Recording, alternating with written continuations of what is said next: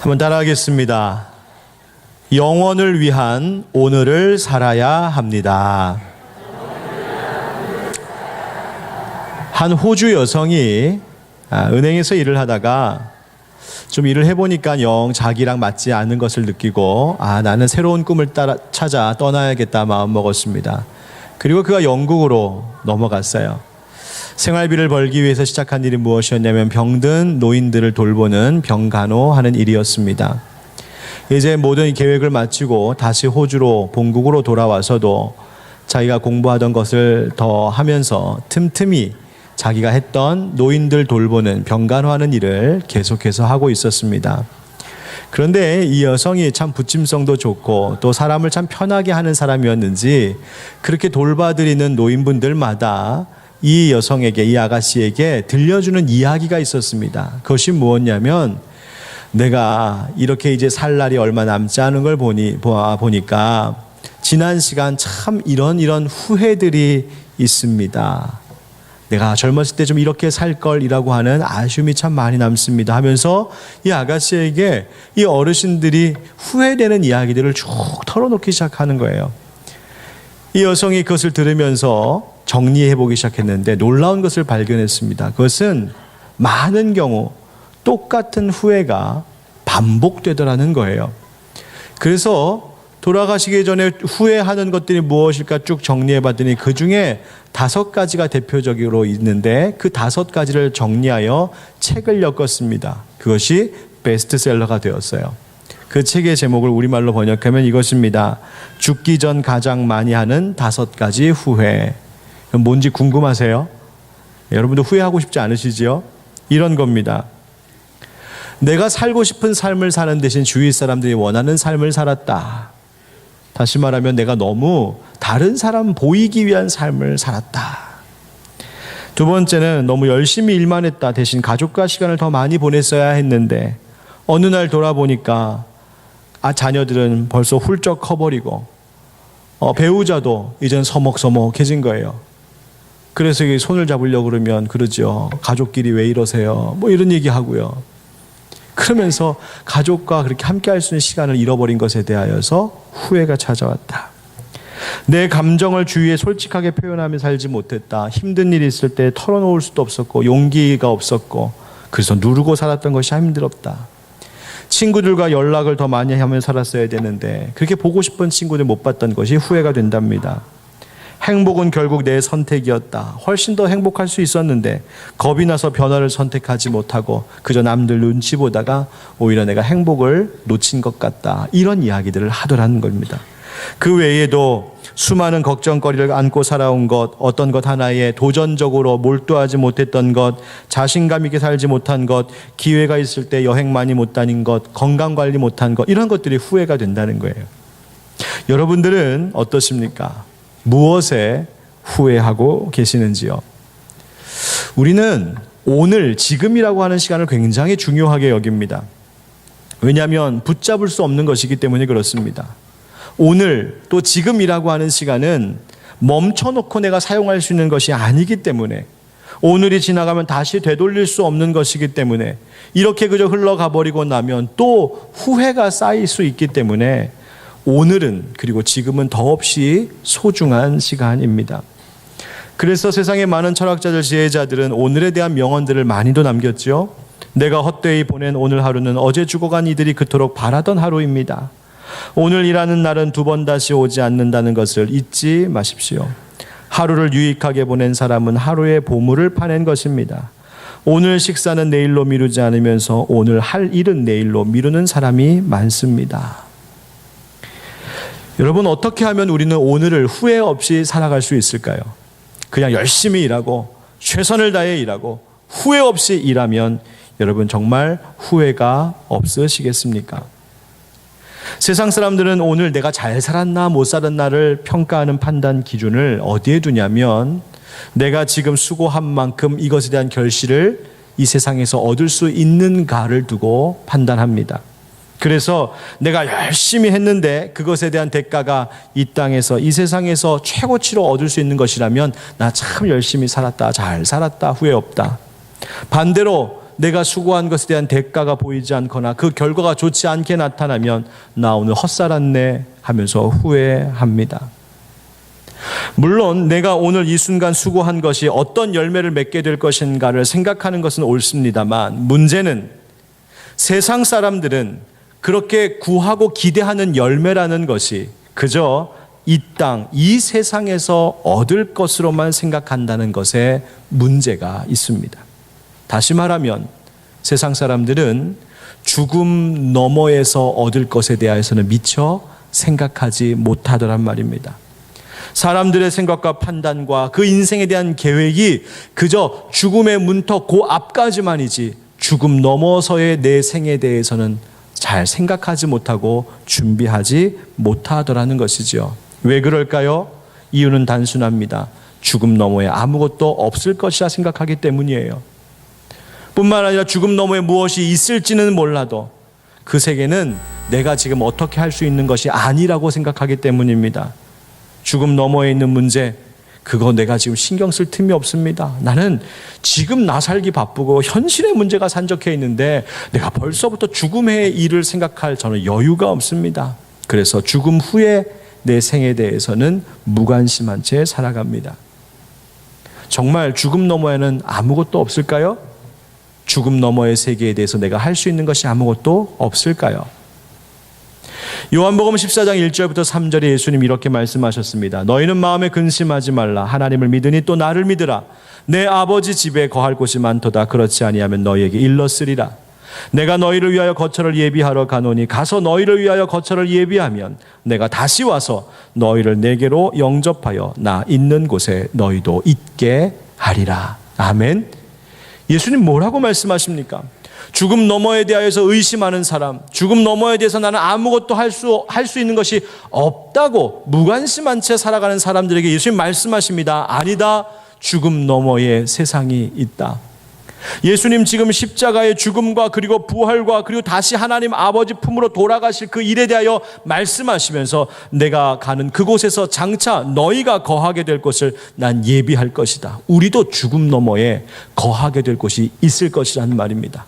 또한 예수님께서 준비하고 계신 그 죽음 너머에 거할 곳을 우리의 것 삼기 위해서 우리는 예수 믿어야 할 것을 주님께서 말씀하십니다. 그렇다면 그렇게 죽음 너머에 분명히 세계가 있고 내 인생이 그 영원한 세계 속에서 이어진다면 과연 나는 오늘 어떻게 살아야 할까? 내가 오늘 어떻게 살아야 죽음 너머의 영원한 삶을 준비하는 것일 수 있을까? 오늘 말씀을 통하여 나누길 원합니다. 한번 따라 하시죠. 죽음으로 끝이 아님을 기억해야 합니다. 예, 우리 아까 전도사님이 그림으로 부자와 나사로 이야기를 이미 들려주셨죠. 부자들은 당시에 자신들의 재산과 지위, 명성을 과시하기 위해 종종 그렇게 잔치를 베풀었고 또 그렇게 잔치를 베풀 때에 가난한 사람들에게 먹을 것을 나눠주면 그것은 헐벗고 굶주린 자들에게 먹을 수 있는, 배를 채울 수 있는 좋은 기회가 되곤 했습니다. 그가 자색 옷과 고운 베옷을 입었다고 하는 것은 엄청난 부자였음을, 그가 가장 사치스러운 그 직물로 만든 옷을 입었을 뿐만 아니라 왕이나 왕의 버금가는 권위를 말하는 그런 수준의 오심을 이야기하면서 그가 얼마나 부자인지를 보여주는 대목입니다. 그런데 그 부자와 전혀 반대되는 바로 나사로가 있었지요. 얼마나 못 먹고 얼마나 병들었는지 개가 와서 헌대를 핥아도 쫓아낼 기운조차도 없었단 말합니다. 그런데 이 이야기에 이어 성경은 우리에게 이렇게 증언합니다. 22절, 23절 같이 읽겠습니다. 시작. 이에 그 거지가 죽어 천사들에게 받들려 아브라함의 품에 들어가고 부자도 죽어 장사되매 그가 음부에서 고통 중에 눈을 들어 멀리 아브라함과 그의 품에 있는 나사로를 보고. 아멘. 22절은 단도직입적으로 우리에게 말합니다. 거지가 죽었다. 그런데 부자도 죽었다. 죽음을 피할 수 있는 삶이 없다는 것입니다. 세상에 어떤 소유로도 어떤 힘으로도 아무리 많은 것을 거머쥐고 내가 쌓아 올렸다 할지라도 죽음을 피할 수 있는 사람은 이 세상에 아무도 없다고 말씀하십니다. 죽음은 물질의 유무를 묻지도 않고, 죽음은 나이가 적고 많음을 묻지도 않고, 죽음은 나의 형편과 세상적 사회적인 힘도 묻지 않는다 말합니다. 죽음은 찾아오는 때도 알 수 없습니다. 그렇게 찾아오는 죽음은, 그러나 그 죽음 다음에 찾아오는 결과를 완전히 다르게 만들어 놓습니다. 거지는 천사들의 받들려 아브라함 품에 안겼고, 즉 천국의 낙원에 들어가게 되었고, 반면 부자는 죽어 장사되어 음부 곧 지옥에 갔습니다. 저주와 형벌이 가득 찬 곳이었습니다. 왜 두 사람의 결과가 달라졌을까요? 그저 부자가 이 세상에 넉넉한 부자였기 때문에 그렇습니까? 아니요. 그렇다면 아브라함도 야곱도 천국 갈 수 없었게요? 그들도 하나님 부요하게 하셨지 않습니까? 그렇다면 부자에게 무슨 문제가 있었을까? 이유는 단 한 가지입니다. 내 대문 앞에 있었던 그 거지를 돌보지 않았기 때문입니다. 왜 그게 무슨 문제가 되나요? 그저 이 부자가 자선 활동하지 않아서, 봉사하지 않아서, 기부하지 않아서 그래서 지옥 갔다는 이야기로 그렇게 단편적으로 생각할 수 있는 말씀이 아닙니다. 이것은 부자가 한 가지 모르고 살고 있었다는 것이 있어요. 그것은 죽음 너머의 시간, 영원 속에 살아가게 될 자신의 영혼을 돌보는 일에 소홀했었다는 이야기입니다. 그가 어떻게 부자가 되었는지는 알 수 없지만, 그가 만약에 열심히 일을 하고 사업을 해서 떼돈을 벌었다면 그 일은 누구를 위한 일이었냐면 그저 자기만을 위한 일이었습니다. 자기의 즐거움, 자기의 쾌락, 자기의 안식, 이것만을 위하여 그는 열심히 뛰었습니다. 그 말은 그저 자신의 육신만을 돌볼 줄 알았지 영혼을 돌볼 줄 몰랐다는 이야기입니다. 영혼을 돌보지 않으니 죽음 너머의 삶에 대하여 그는 알지 못하고 그것을 준비하지 않았다는 것이지요. 나사로는 어땠을까요? 나사로라고 하는 이름의 뜻은 하나님은 나의 도움이라는 뜻입니다.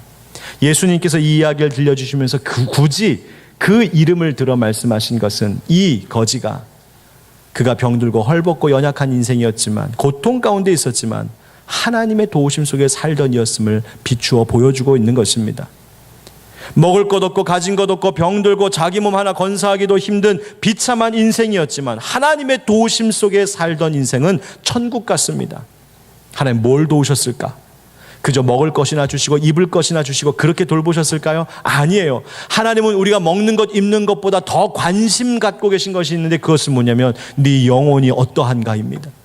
따라서 하나님은 나사로를 돌보실 때에도 그 영혼을 돌보셨고, 그 하나님의 돌보심 가운데 있었던 나사로는 천국에 들어갈 수 있었습니다. 사랑하는 성도 여러분, 기억하십시오. 내가 오늘 어떤 삶을 사느냐가 나의 영혼을 결정짓는다는 사실을 기억하시기 바랍니다. 요즘 우리나라에서 일어나는 각종 재해와 사건 사고들 보면 정말 죽음이 늘 우리와 함께 따라다니고 있구나라는 것을 절감하게 됩니다. 그런데 성경은 말하고 있습니다. 내가 이 땅에서 육신으로 사는 삶이 진짜가 아니라 이 육신의 죽음 넘어 우리의 삶이 진짜 삶이라고 성경은 이야기합니다. 히브리서 기자가 9장 24절에 이렇게 예수님에 대해서 증언합니다. 우리 함께 읽어보죠. 시작. 그리스도께서는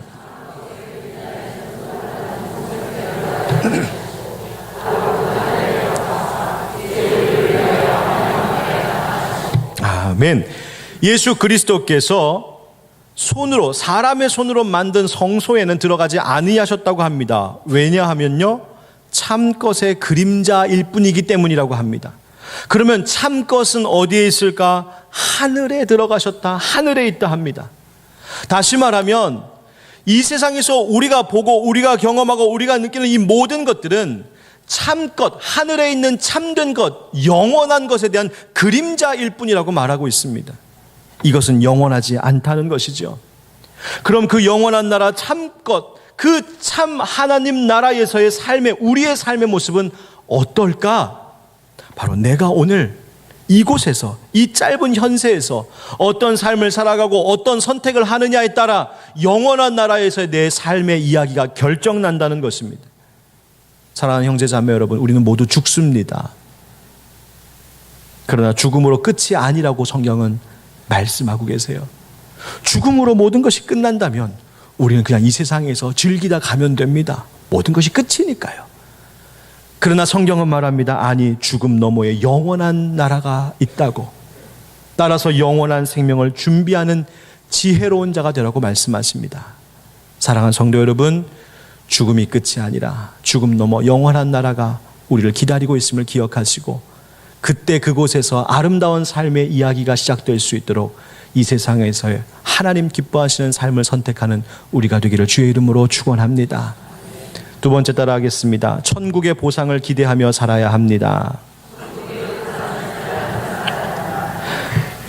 성도님들 가운데 종종 예수 믿는 사람들에게만 부활이 있다고 생각하시는 분들이 있습니다. 그런데 그렇지가 않습니다.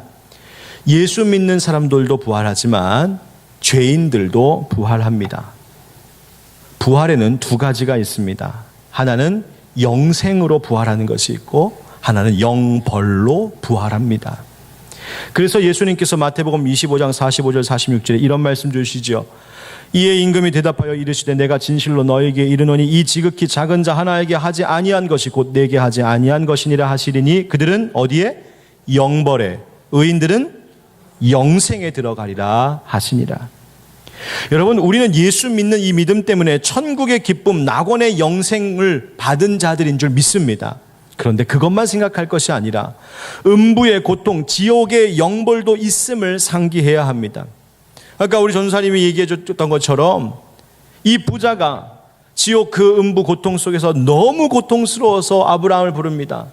성경의 헬라어 원문을 보면 바테르 아브라함, 아브라함 아버지 이렇게 부릅니다. 즉 아브라함 조상님 이렇게 부르는 거예요. 나를 불쌍히 여겨주십시오. 나사로를 보내서 그 손끝에 물 한 방울 적셔서 내 입에 좀 콕 떨어뜨려 주십시오. 그럼 제가 살 것 같습니다. 제발요, 제발요. 얼마나 고통스러운지 물 한 방울만 달라고 합니다. 거기가 영벌입니다. 저는 이 말씀 묵상하면서 도대체 그 영벌의 고통이 무엇일까 상상해 봤습니다. 도무지 감이 안 오더군요. 왜요? 이 세상에서 경험할 수 없는 고통이기 때문에 그렇습니다. 영벌의 의미는 영원한 벌, 영원한 고통입니다. 그것은 뭐냐면 내가 아픔, 나의 아픔과 고통이 어느 정도에서 멈추는 것이 아니라 갈수록 고통이 더 심해지는 것을 영벌이라고 말합니다. 지금 부자가 그 영벌 가운데 있습니다.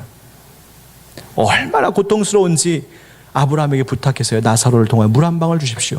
그래서 아브라함이 이렇게 말하죠. 25절 26절에 아브라함이 이르되 예 너는 살았을 때 좋은 것을 받았고 나사로는 고난을 받았으니 이것을 기억하라. 이제 그는 여기서 위로를 받고 너는 괴로움을 받느니라. 아멘.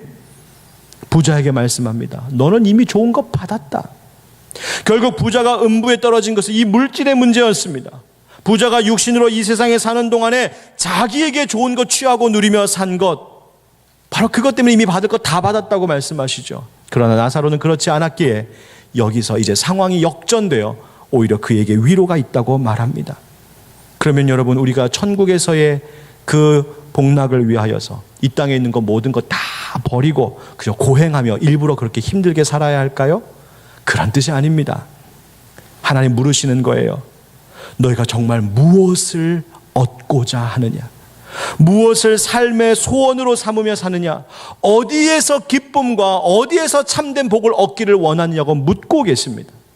세상 사람들은 이 땅에서 수고한 것의 대가를 이 땅에서 다 얻으려고 합니다. 그래서 사람들을 만나도 어떤 일을 맡아도 이것이 나에게 이득이 되는가 아닌가 계산합니다. 그러나 주님은 말씀하세요. 아니, 나의 제자들은, 하나님의 자녀들은 그렇게 살면 안 돼. 하나님의 자녀들은 이 땅의 보상이 아니라 하늘의 보상을 기대하며 살아야 한다고 주님 말씀하고 계십니다. 사랑하는 성도 여러분, 우리의 인생 가운데 주어진 시간이 며칠일지 모르고 몇 년 남았을지 우리는 알 수 없지만 그 남아있는 시간 동안 천국의 보상을 기대하며 살아가는 여러분들 되시길 주의 이름으로 축원합니다. 이 땅이 주는 대가와 보상은 나의 죽음과 함께 끝나는 것이지만 천국이 주는 대가와 보상은 나의 죽음과 함께 그때서야 비로소 시작되는 영원한 것인 줄 믿습니다. 리차드 백스터라고 하는 영국 청교도 목회자가 이렇게 말했습니다. 우리는 그때 슬픔 없는 기쁨, 지치지 않는 안식을 누릴 것입니다. 기운을 내십시오 그리스도인이여, 때가 가까웠습니다. 그때는 하나님과 당신이 가까워질 때, 당신이 만족할 만큼 가까워지는 때입니다. 당신은 하나님 가족 안에 거하게 될 것입니다. 여러분, 천국을 기대하는 삶, 바로 그것이 영원을 준비하는 것입니다. 날마다 나의 호화로움이 아니라 천국의 아름다움을 바라보면서 사는 인생, 바로 그 인생이 영원을 준비하는 복된 인생이 되는 줄 믿습니다. 마지막으로 따라하시죠. 듣고 돌이키고 전하며 살아야 합니다. 듣고 돌이키고. 거절당한 부자가 아브라함에게 다시 요청하죠. 그러면 나한테 이 땅에 아직 죽지 않은 5 형제가 있으니 나사로를 좀 보내서 이 상황을 좀 전하게 해주시고 그 형제들은, 우리 형제들은 이 지옥이 오지 않게 좀 해주십시오. 그러자 아브라함이 이렇게 대답합니다. 29절에 아브라함이 이르되 그들에게 모세와 선지자들이 있으니 그들에게 들을지니라. 여기서 모세와 선지자들은 바로 모세의 율법과 선지자들의 예언을 이야기합니다. 바로 구약 성경입니다. 성경에 다 나와 있다. 성경에 하나님 나라에 대해서 이야기하고 있다. 성경에 하나님이 뭘 원하시는지 이미 말하고 있다. 성경에 하나님께서 이미 너희들이 가난한 자들을 돌보고 기억해야 할 것을 이미 말씀하셨다. 그러자 부자가 그 사람들이 그걸 안 듣습니다. 그러니까 죽은 자를 다시 살려서 보내는 이적을 보여주면 그들이 듣지 않겠습니까? 그러자 다시 아브라함 이야기합니다. 31절에 모세와 선지자들에게 듣지 아니하면 비록 죽은 자 가운데서 살아나는 자가 있을지라도 권함을 받지 아니하리라 하였다 하시니라. 아멘. 아니야. 말씀을 읽고 말씀을 듣고도 믿지 않는다면 죽었다가 살아난 자가 말해도 믿지 않을 거야. 여러분, 이게 무슨 뜻인지 아십니까? 세상의 어떤 이적보다도 하나님의 말씀 들음이 더 힘이 있다는 것입니다. 그 말씀의 말씀 앞에, 하나님 주시는 그 말씀 앞에 마음 열지 않으면 아무리 다른 것으로 보여줘도 소용없다고 말씀하시는 거예요. 그렇다면 오늘을 살아가지만 영원을 준비하는 인생 되려면 어떻게 해야 될까? 오늘 주님, 내가 그 능력의 말씀 앞에 서겠습니다. 내가 오늘도 모세의 율법과 선지자들의 예언을 비롯하여서 하나님의 말씀을 읽고 듣고 묵상하며 오늘 하루도 내가 돌이켜야 할 것이 없는지 나를 되돌아보겠습니다. 하나님 말씀 앞에 서는 겁니다. 모세의 율법과 선지자의 예언서들이 결국 이야기했던 것이 무엇입니까? 하나님이 그의 아들 메시아를 보내실 것이다. 그가 바로 나사렛에서 자란, 그리고 십자가에 달려 죽게 될 예수라고 바로 구약이 이야기하고 있지 않습니까? 바로 예수 그리스도 믿고 예수님 뜻대로 살아가고 예수님 닮아 살아가는 그 인생이야말로 영원을 준비하는 것이라고 성경은 우리에게 가르쳐주고 있는 것입니다. 뿐만 아니라 내가 들은 말씀, 아직도 이 세상의 전부인 줄 알고 살아가고 있는 사람들에게 내가 전한 말씀, 내가 들은 말씀 전해야 할 책임도 사명도 우리에게 있다고 하시는 것이죠. 여러분, 내가 주님의 말씀 전하는 것이 부족한 입술, 어눌한 입술이지만 내가 주님의 말씀 전하는 것이 이 어떤 이적보다도 더 낫다고 말씀하시는 것입니다. 내가 성경의 한 구절, 내가 은혜 받은 한 구절, 내가 암송하고 있는 그 짧은 한 구절, 내가 이해하고 깨닫고 붙들고 살고 있는 그 소망의 짧은 한 구절, 그거 한 절이라도 누군가에게 소개하며 천국을 전해주면 그것이 죽은 자가 일어나서 말하는 것보다 훨씬 능력 있다고 말씀하고 계십니다. 사랑하는 성도 여러분, 우리가 사는 오늘은 오늘로 끝나는 것이 아님을 기억하시기 바랍니다.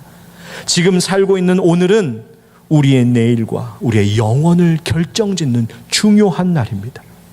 내가 오늘 어떤 색깔의 붓을 들 것이냐에 따라 나의 영혼이라고 하는 그림의 색깔이 달라지게 되어 있습니다. 내가 어떤 씨앗을 뿌리느냐가 천국에서 거둘 열매를 달라지게 합니다. 그러므로 지금 뿌리는 씨앗이 어떤 열매 맺게 될 것인가? 주님 말씀 앞에서 날마다 돌아보셔야 합니다. 하나님을 향한 의심과 저항의 씨앗이 아니라 믿음과 순종의 씨앗을 심으며 살아가십시오.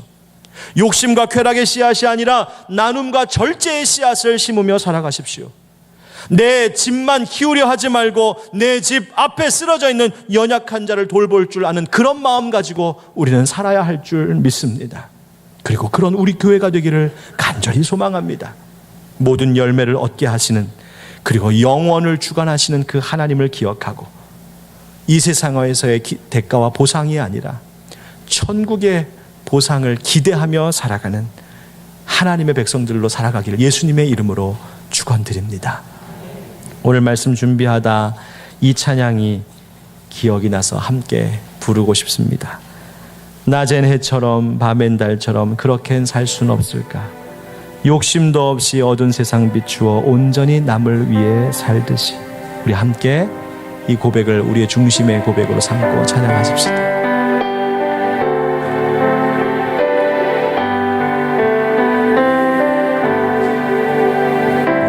낮엔 해처럼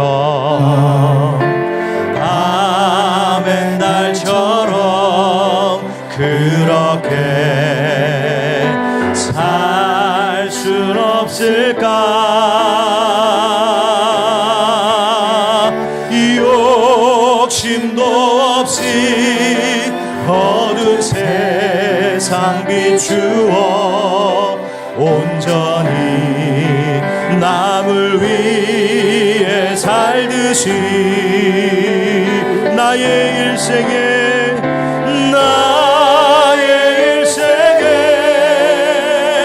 꿈이 있다면 이 땅에 빛과 소금 되어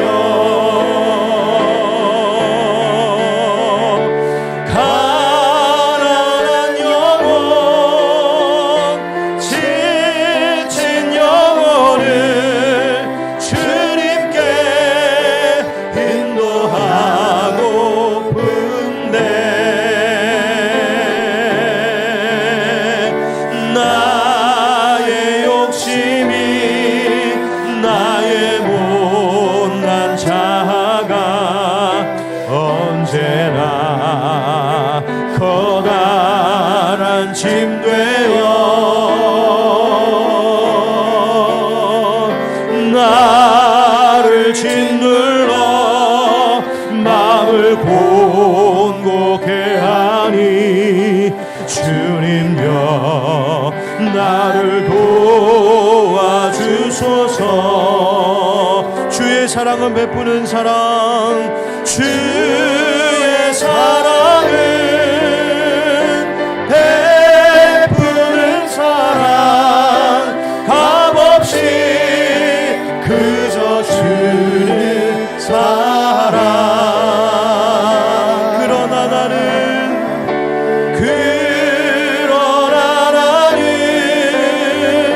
주는 것보다 받는 것 더욱 좋아하니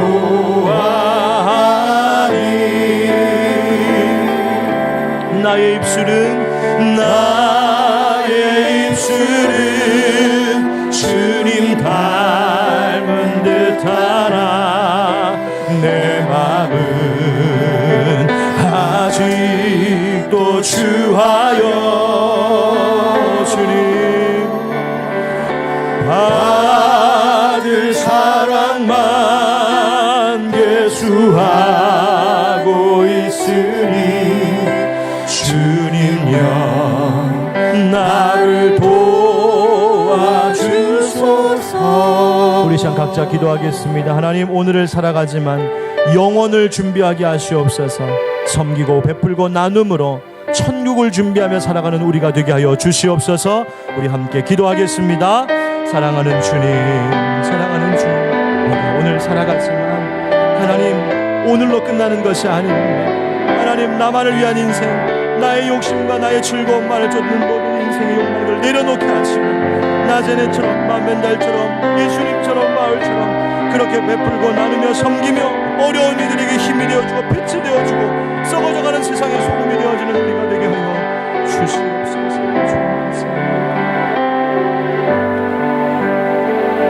사랑하는 주님, 오늘 우리가 살아가는 하루가 오늘로 끝나는 것이 아니라 영원을 준비하는 하루임을 기억하며 살게 하여 주시옵소서. 하나님, 나의 것 취하고 내 욕심 내 즐거움에 눈멀어 살지 않게 하시고 나누어주고 베풀고 섬기고 천국으로 이끌어주며 그렇게 빛처럼 소금처럼 살아가는 인생들 되게 하여 주시옵소서. 이 세상에서 고난과 어려움 가운데 있는 이들이 있거든 하나님, 하나님 나라의 보상이 준비되어 있는 줄 알고 천국을 기대하며 살아가는 우리 인생의 발걸음 되게 하여 주시옵소서. 그리하여 이곳에 아멘으로 응답한 모든 성도들, 우리 천국에서 만날 때에 그곳에서 큰 잔치 벌이며 기뻐할 수 있도록 주님 우리를 준비시켜 주시옵소서. 예수님의 이름으로 축복하고 기도하옵나이다. 아멘.